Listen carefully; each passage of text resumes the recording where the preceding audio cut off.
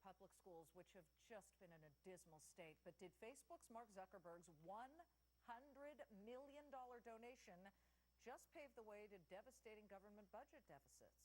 Former New York Lieutenant Governor Betsy McCaughey says state and local officials should push for similar private donations to reduce red ink and keep tax rates low. She joins us now. Well, Betsy, there is a long history of philanthropists coming in, particularly in the last 10 or 15 years, for charter schools in the United States. And some of the most breakaway research on how to better educate our children has been done in these schools that are financed by rich folks. Well, that's right. And in fact, giving to public schools is as American as apple pie. Parents and community-minded people have always done it. Computer labs, sports teams, music programs. This is just done on a bigger scale.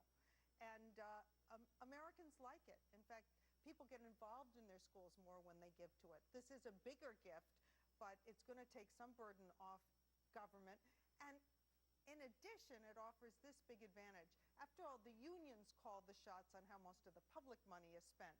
So we have a nice counterbalance, another voice being heard on behalf of the children themselves. Well, for Mark Zuckerberg to do this is a hugely generous gift, and he should absolutely be applauded on this. Here's Hugged the worry. and kissed. Hugged and kissed. Here's the worry for a lot of people. What happens to that money when it gets into the Newark school system? I hope that he has safeguards put in so that people don't take the money and run. Well, Cory Booker has a very good reputation for being a safeguard of those funds. That's right, he is the mayor of Newark. But you raised the most important question.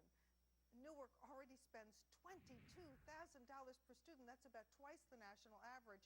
So is money really the issue? Let's hope there are a lot of strings attached to this money so that it does get put to good use. You know, you bring up a good point. I remember Brett Schindler, in fact, was running for mayor of Jersey City with one bumper sticker. He said, the state of New Jersey spends $20,000 educating your kid. Don't you think you could do better with that money?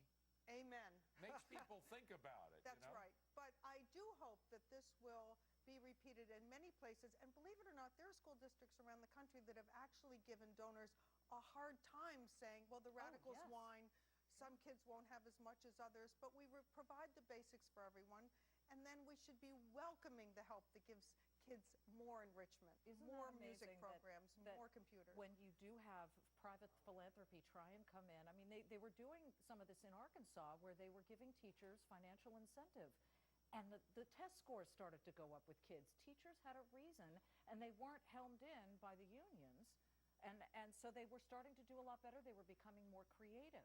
Yes, Shouldn't we then turn and look at some of the administrators and say, stop standing in the way of private philanthropy, the likes of Mark Zuckerberg?